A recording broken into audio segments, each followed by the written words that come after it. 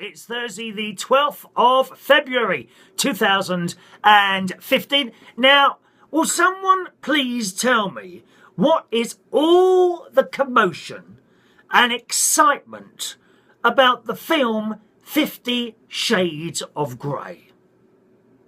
I just don't get it. Anyone, and you know this, I don't have to tell you this, anyone can type in certain words to Google and get as much as that filth that they want to watch on the internet. Why? Oh, why is this great big thing happening about 50? I mean, it's pathetic. It's absolutely pathetic. I just don't get it. I don't get it. There's a story in yesterday's Daily Mail, right? Nobody sweats, nobody strains. Frustrated movie critics want more sex in 50 Shades of Grey as flaccid flick fails to get them hot under the collar. That's in yesterday's Daily Mail. Why are you even watching it? If you want it worse than that, then just type in certain words, you know the words I mean, into your Google thing, hit the videos button, and then you'll have as much as you want. I don't understand this at all. I really don't. Do you? And have you heard people talking? I haven't actually heard anyone discussing this in the public. It's just all over the papers. What is all that about? Will someone please tell me? Because I don't know. Anyway, what a lovely, enjoyable video I did yesterday. I must admit, nearly yesterday there wasn't going to be one. Because I was quite busy on Tuesday and I got back here about 2 o'clock in the afternoon. For some reason I was really tired. Sorry, I record these a day before, so I'm talking about Tuesday here. So I went to bed at 2, got up again at 5, went to work, done my quiz. And at that point, I thought, oh, you've run out of time now. And then a friend of mine, Anne, happened to walk in with Sean, who I'd never met before, who's a friend. But he is a regular correspondent. No, not a correspondent. Not a correspondent yet. He is a regular viewer to the programme and wanted to meet me. And it was quite nice. And we sat in the pub and did our own little video yesterday, didn't we? Now, Anna's got one of those selfie sticks, which I find one of the most annoying things. My friend Ron bought me one of these, you may remember. And it's a little bit like a car aerial. So you pull it out and it's kind of like little bit of metal there, a stick of metal there, goes in a ring there, and so on and so forth. But when I put my camera on the end, because of the case, it was a little bit heavier than a normal iPhone. It's a bit heavier than a normal iPhone because we've got quite a chunky case on this. And I found I would hold it up and it would just twist around. Has anyone else found that with those selfie sticks? Anyway, she's got this bloody selfie stick. Oh, it's a nightmare. She swings this thing round, nearly knocks people flying. Oh, look at my selfie stick. She holds it up there. So the idea with a selfie stick, Anne, is that you can't see the bloody stick. But she holds it in such... she holds it in such a way that you can see the stick. So please, Anne, if you're going to use the selfie stick, do learn to use it properly, dear. Or not at all. You know, when you're doing a video, you certainly don't need to use a selfie stick. Well, okay, maybe for clips like that, little clips. But for a whole video, you don't want to be holding a selfie stick like that. No! What you want is a tripod, dear. A tripod. Or, why even spend money on tripods? No, this programme I'm recording today, would you like to see how it's held up? All right, I will show you. I shall show you without even... I don't know if I want to be that close. Not in high definition, dear. Here, look, right? It sits there. That's where this camera's sitting, Anne. What you want is to put it somewhere where it's nice and stable and isn't going to move too much. Although, I must say, if I bounce around in here, because I've got a wooden floor up here, listen, look, watch this. Can you see it shakes? Shaker Maker. Do you remember, what was that? Shaker Maker. Oh, hang on, I must look that up. Shaker Maker. Shaker Maker. That rings a bell. Was it a child's toy?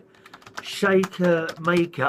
I seem to remember that being advertised around Christmas time. Shaker Maker. Wikipedia. One moment, please. Wikipedia. Shaker Maker is a toy for making figures. Water and powder. That's it. Must be mixed in a shaker, and after turning the shaker, the mixture flows into moulds inside the shaker. Here we are. The toy primarily sold... In the 1990s? No, it was before. There we are. Shaker Maker was invented in the 1970s of the film The Ideal Toy Company. Who remembers those? Shaker Maker. Did you have one? Did you have a shaker maker? And another thing, let me type it in. I remember I had one of these. Sprayomatic. One moment, please. Sprayomatic. No, can't find Sprayomatic. Did anyone have one of those? Now, this was an orange thing with a brush, a long brush, and a handle. And from what I remember, you used to put some paint on the brush, turn the handle and a bit of paper in the bottom, and you'd make all these pictures and things like that. Anyone have one of those? Oh, wonderful, wonderful Christmas gifts. I mentioned Christmas because on my little table downstairs, right, I've just started moving the bits of Christmas paper. You understand what I mean by that? I sort of looked over and I thought, oh, that pile of paper is getting bigger and bigger. So we've got all these statements. I'm dreadful with paperwork. Actually, I'm not too bad at all. I've got statements here from around Christmas time. I've got bits of paper, accounts and things, and it was still sitting there, right? So what are we now? 25, nearly 2 months later, the Christmas Radio Times. Oh, the dust on that, dear. The Christmas Radio Times is sitting there still. Now, I used to collect these. I used to save them year in, year out, and I've got a couple of really old ones somewhere. But quite frankly, the television was dire. It was dire at Christmas, wasn't it? Where's all the Christmas specials that we used to have? I thought it was absolutely dire at Christmas. So, this is... Oh, it's not here. There it is. It is. This will go in my waste paper bin, along with the rest of this useless bits of paper and that. Well, it's nice to have a little clear out now and again, isn't it?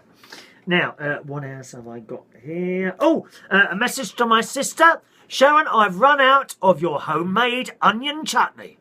She makes jars of onion chutney. You know, you put on burgers. Oh, it's delicious. I think she said there were 10 onions in each jar of this stuff.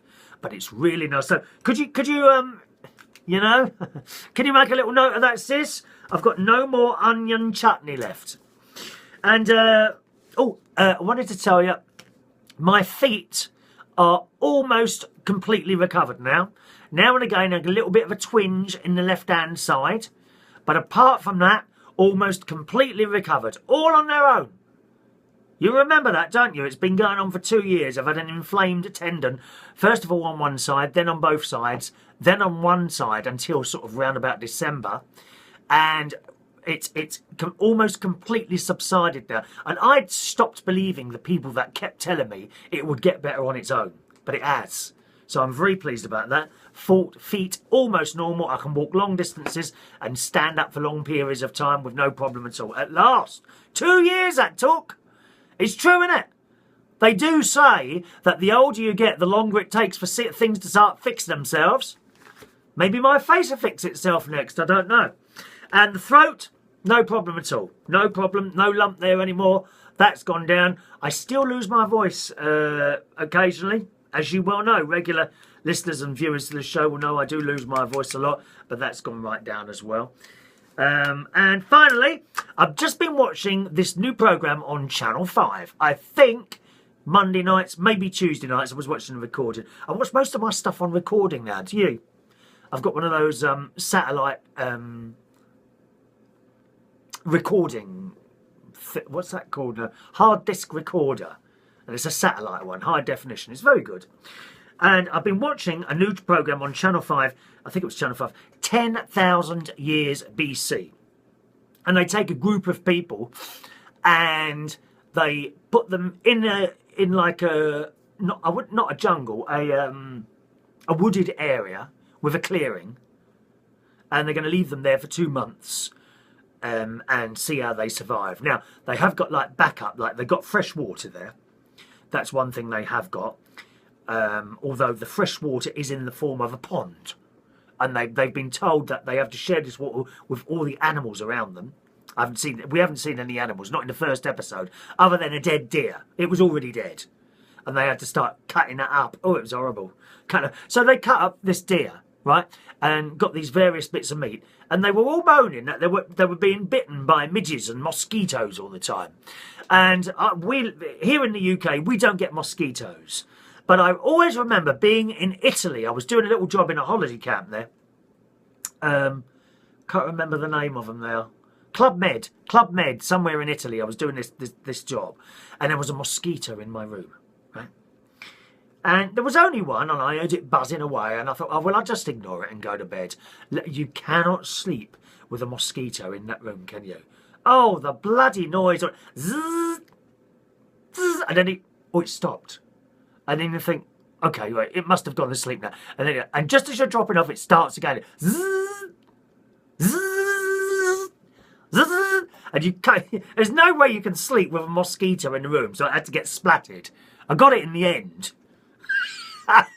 Just close your eyes for a moment and picture yourself, this naked Chris Reardon jumping out of the bed and going around the room with this fly, with the pair. I think I had a pair of pants I was trying to do it with.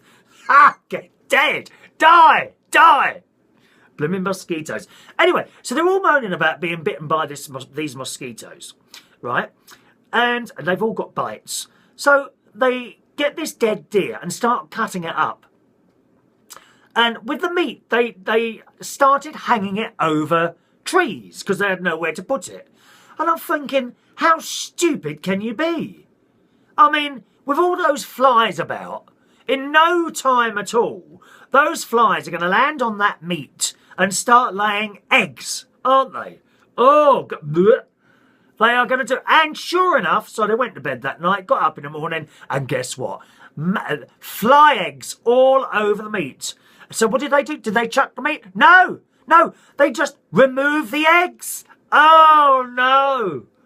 Oh, and then we're going to cook it again. Anyway, I don't think we got any further than that. On the very first day, they were all ages, these people. The clock's working again, can you hear? On the first show, they are all ages and different types of people. There's one old dear, bless her heart, 65 years old. Within 2 hours of her getting into the camp, she left. She collapsed. Poor old cow. I think the heat must have got too much, so they've got an ambulance type thing on side. Oh, I do hope she was all right. But she left within 2 hours. She'd had enough already. She just collapsed in the heat, which is a bit of a shame. And someone else has already left because he missed someone. And quite understandable, of course, one of his best friends or something had died or something like that, and he was really unhappy. So he left within 24 hours as well. So we'll see how that one pans out. But I mean, I don't understand how stupid you can be to put fresh meat. I mean, I wouldn't be eating meat anyway, but to put fresh meat on a tree for it to dry out with all those flies around. Oh. And then they were just going to brush off the eggs and eat it. Bleh. Bleh, bleh. Mind you, have you ever been into some of these kebab shops in London? Don't risk your life. Don't eat that stuff. That's all for today. Have a lovely Thursday. I'll see you tomorrow.